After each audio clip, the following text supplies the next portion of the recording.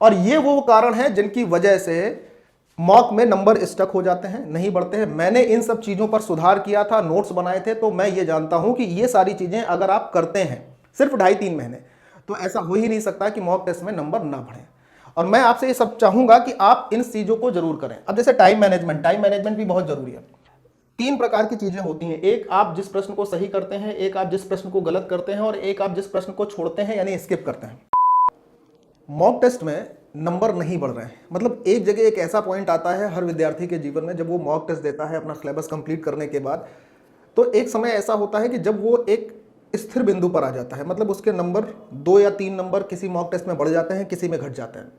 और उसके बाद सबसे ज़्यादा टेंशन का विषय ये आता है कि सर अब मॉक में नंबर नहीं बढ़ रहा है। तो उसके पीछे कई कारण होते हैं, क्योंकि मैंने बहुत सारे एग्जाम क्रैक किए हैं खुद से, 2 बार एसएससी, 3 बार एनडीए, 2 बार सीडीएस, 1 बार एयरफोर्स। तो मैं आपको ये बहुत भली भांति उसके पीछे के ये रीज़न बता सकता हूँ, क्योंकि मैं वो जानता हूँ, मैं उस स्थिति से फेस करके आया हूँ। तो आप लोगों में जो विद्यार्थी जीवन में बच्चे होंगे, अपना सिलेबस को कंप्लीट करने के बाद या कुछ आधा सिलेबस कंप्लीट करने के बाद जब मॉक टेस्ट देते हैं, तो एक समय ये होता है कि मॉक टेस्ट में नंबर बढ़ना बंद हो जाते हैं या वेरिएशन बहुत कम हो जाता है। तो उसके पीछे के रीजंस क्या होते हैं, क्योंकि जब तक मॉक में नंबर नहीं बढ़ेंगे तब तक आप अपनी सेल्फ इवेल्युएशन जो है वो नहीं कर पाएंगे। और जब ऐसा होने लगता है तो मन में भी एक ये बात होने लगती है, क्या मैं सही काम नहीं कर रहा हूँ, क्या मेरी तैयारी सही रणनीति की तरफ नहीं चल रही है, सही रणनीति से या सही दिशा की तरफ नहीं चल रही है। और यदि आपके साथ भी ऐसा हो रहा है तो ये वीडियो आपके लिए ही है। एक वीडियो में आपको संपूर्ण जानकारी देने वाला हूं, जिससे ये जो समस्या है ना, इसका कंप्लीट निदान हो जाएगा। तो चलिए वीडियो को शुरू कर लेते हैं। मैं हूं अनुराग दीक्षित और आप सभी लोग उपस्थित हैं पाठशाला रेलवे एग्जाम में। उम्मीद करता हूं मेरी आवाज़ ठीक ढंग से आप सभी तक पहुंच रही होगी। ठीक है, अच्छा, अब यहां पर जो स्ट्रेटेजी बताने वाला हूं, मैं आपको गारंटी दे रहा हूं कि आप सीबीटी 1 में 60 प्लस नंबर लाओगे आउट ऑफ 75। लेकिन अगर आप इसे रेगुलर बेस में सिर्फ 3 महीने, बहुत ज्यादा नहीं, 2.5 से 3 महीने अगर आप इसे फॉलो कर लेते हैं मॉक टेस्ट लगाते समय, सिर्फ 2.5 से 3 महीने, तो आपकी सीबीटी 1 में 75 प्रश्नों के उस पेपर में 60 से ऊपर नंबर आएंगे, यानी 60 प्रश्न सही होगा विद इन टाइम। समय का भी बहुत बड़ा खेल रहता है। अब जानते हैं इसके पीछे के कारण क्या है, लेकिन उससे पहले मेरे प्यारे दोस्त, मैं आपको ये बता दूं कि मॉक हम क्यों लगाते हैं, मॉक टेस्ट क्यों देते हैं और मॉक टेस्ट कब लगाना चाहिए। ठीक है, सबसे पहली बात ये आती है, मॉक टेस्ट लगाने के पीछे का कारण ये होता है कि जब आप अपने, कब लगाना चाहिए, जब आपका 40 से 50% सिलेबस, जिस भी सब्जेक्ट का आप मॉक टेस्ट दे रहे हैं उसका जब कंप्लीट हो जाए तो आप मॉक टेस्ट लगाना शुरू करिए। डेली कम से कम एक तो होना ही चाहिए।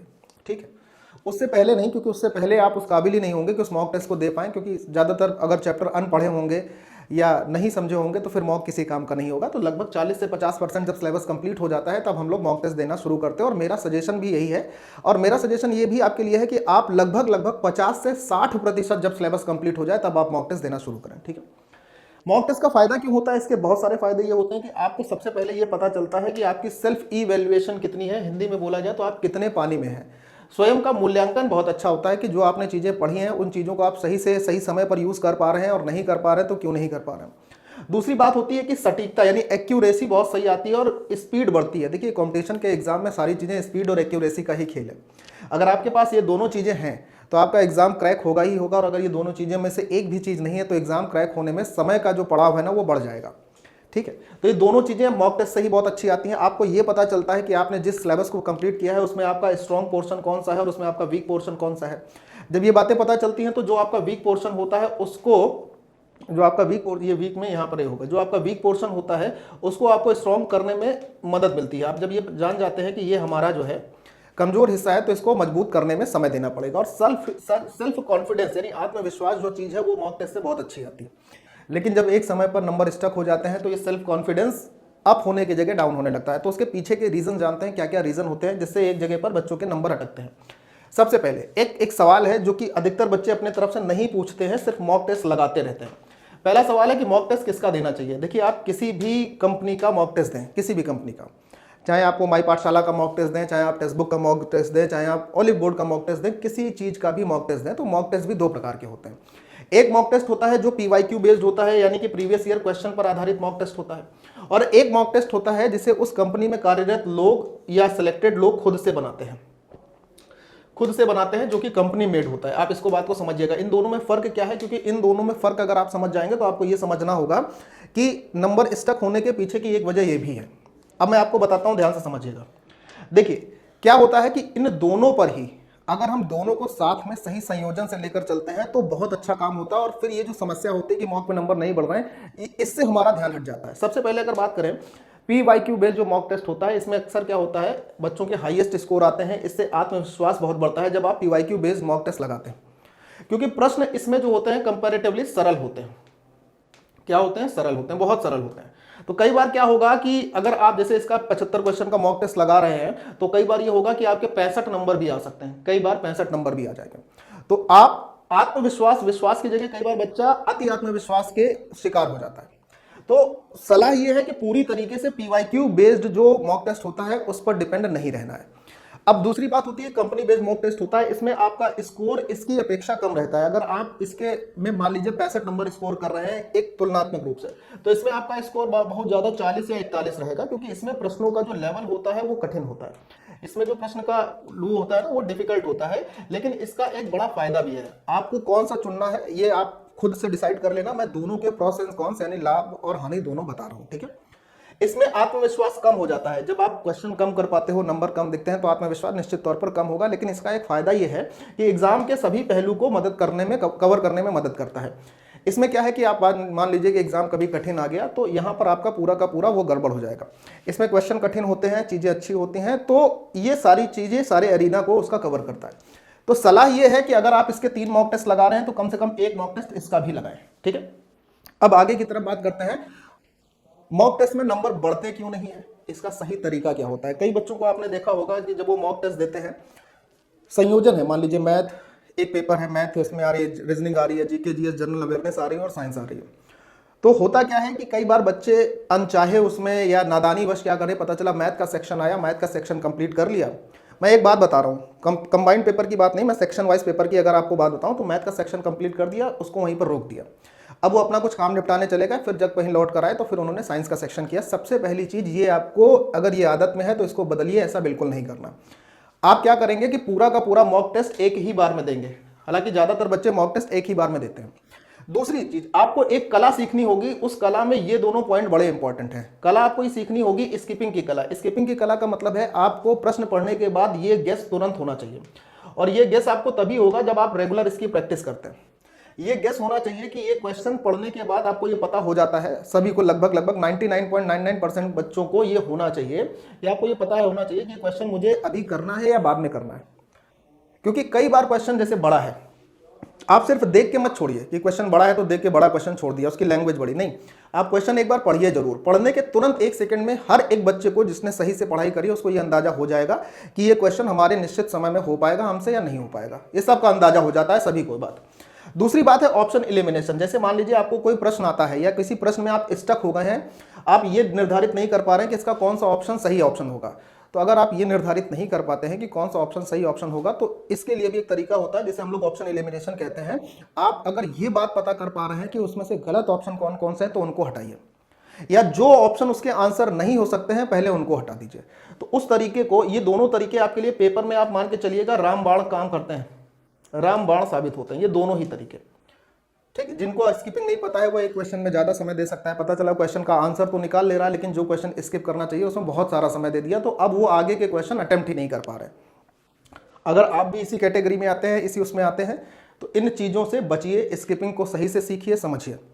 ऑप्शन एलिमिनेशन, सर कहां से स्किपिंग और ऑप्शन एलिमिनेशन सीख सकते हैं? आप डेली शाम को, जैसे मैथ की क्लास होती है 5 बजे वाली, आप डेली शाम को अगर मैथ की क्लास 5 बजे वाली लेते हैं तो आपको ये पता चलेगा कि ये ऑप्शन एलिमिनेशन और स्किपिंग कैसे की जाती है। क्योंकि मैं अपनी हर क्लास में, जो कि यूट्यूब पर शाम 5 बजे से होती है, लगभग मैं ये बताते हुए चलता हूं, क्योंकि तरीका वही है पढ़ाने का।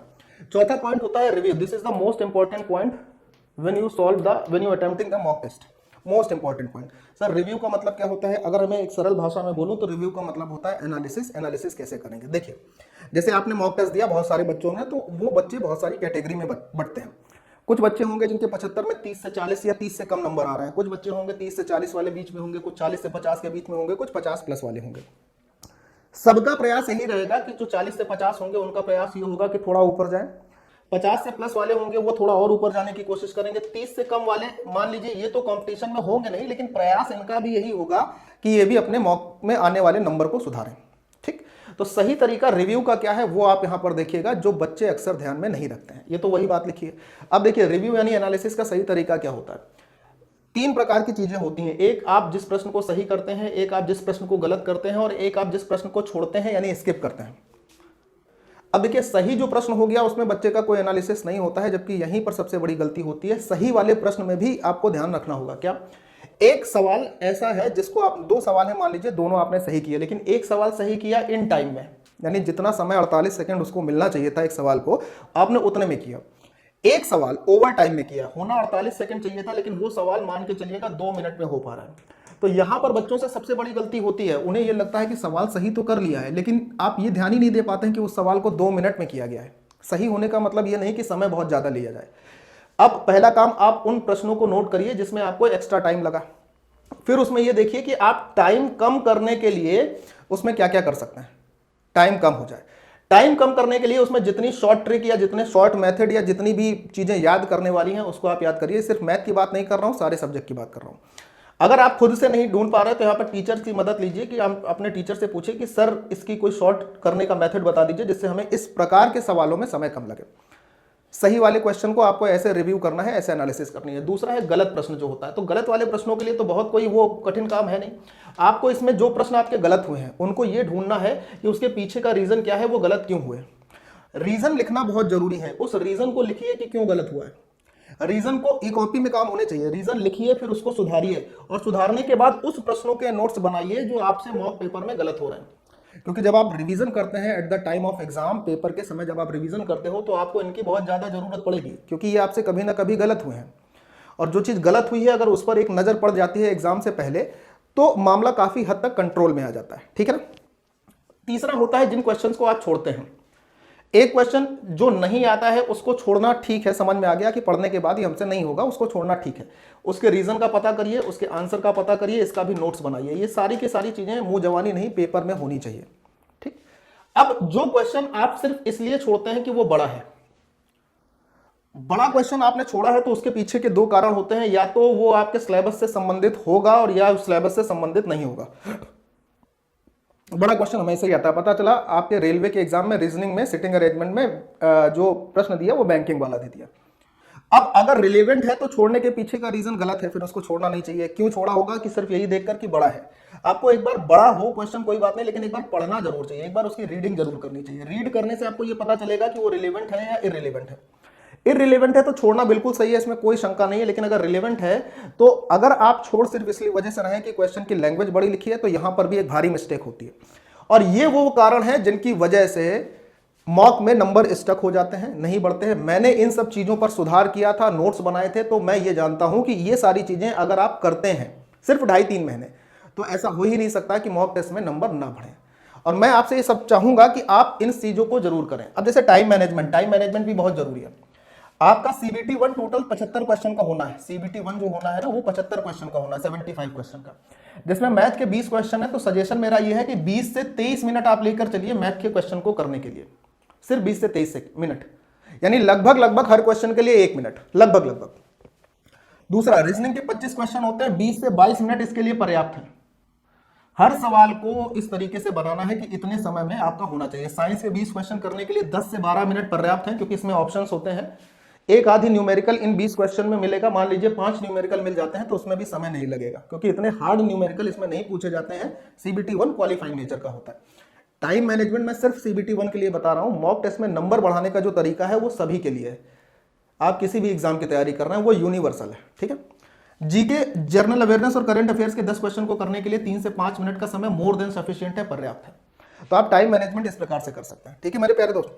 अब बात अगर इन चीजों की हो जाती है कि ये चीजें अगर आप फॉलो कर लेते हैं तो 100% ये मैं गारंटी दे रहा हूं कि मॉक टेस्ट में नंबर बढ़ने हैं। लेकिन इसके लिए एक बात को ध्यान रखना, जब आप मॉक टेस्ट शुरू करते हैं 50-60% सिलेबस कंप्लीट करने के बाद, तो अक्सर बच्चों पे ये ध्यान हट जाता है कि उनका सिलेबस जो कंप्लीट होता है, उनका सिलेबस बड़े बेसिक वाले ढंग से कंप्लीट किया जाता है, बहुत बेसिक वाले ढंग से, जिसकी एग्जाम में रिक्वायरमेंट नहीं होती है। आप बेसिक से कंप्लीट करें, लेकिन उसके साथ उसका एक अल्टरनेटिव मेथड जरूर ढूंढ के चलिए।